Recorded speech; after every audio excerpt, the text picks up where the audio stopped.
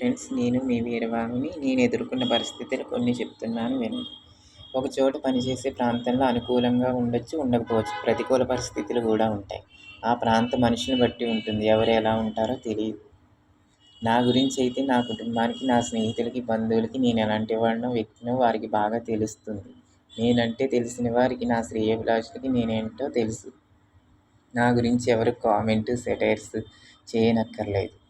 అందరూ పొట్టకూటి కోసం, బ్రతుకు తెరువు కోసం పనికి వచ్చిన వారే. కాబట్టి ఒకరినొకరు ద్వేషించవద్దు. ఒకరి మీద ఒకరు చాడీలు చెప్పుడు మాటలు చెప్పుకోవద్దు.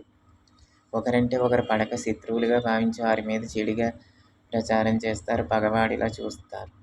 చేయని నేరాలకు తిట్టిస్తారు, కొట్టిస్తారు. ఇంకా ఏవేవో చేస్తారు. ఇంకా తప్పులన్నీ నోరున్నవారు, డబ్బున్నవారు చేసి పేద, మంచి అమాయకులను ఇరికిస్తారు కొన్ని చోట్ల. లోకంలో ఇలాంటివి ఎన్ని జరగటం లేదు. చాలా వార్తలు చూస్తున్నాం రోజు. సీనియర్స్ అని పనికాడ పెత్తనం చెలాయిస్తారు. ఒకరి మీద అధికారం చెలాయించుకు ఎవరి స్వేచ్ఛ, స్వతంత్రం వాళ్ళకి ఉంటాయి. నా సలహా ఏమిటంటే, ఒక వ్యక్తికి ఒక పని ఇష్టమైతే నచ్చితేనే చేస్తాడు. లేకపోతే ఆ పని వదిలి వెళ్ళిపోతాడు. అది అతని ఇష్టం. అలాగే ఓనర్స్ కూడా మీకు పని సరిగ్గా చేస్తున్నారు, బాగా చేస్తున్నారని ఇష్టమైతే నచ్చితేనే పని చేయించుకోండి వారి చేత.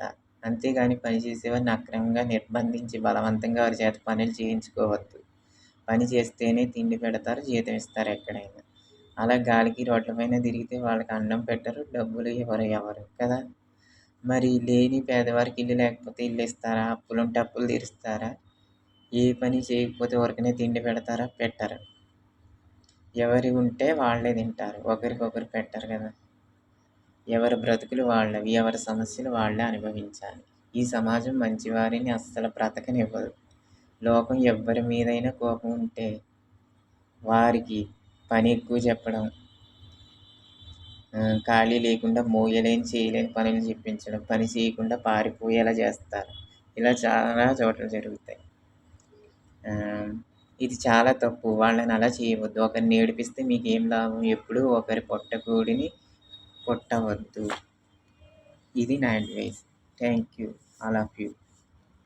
Watch your my video.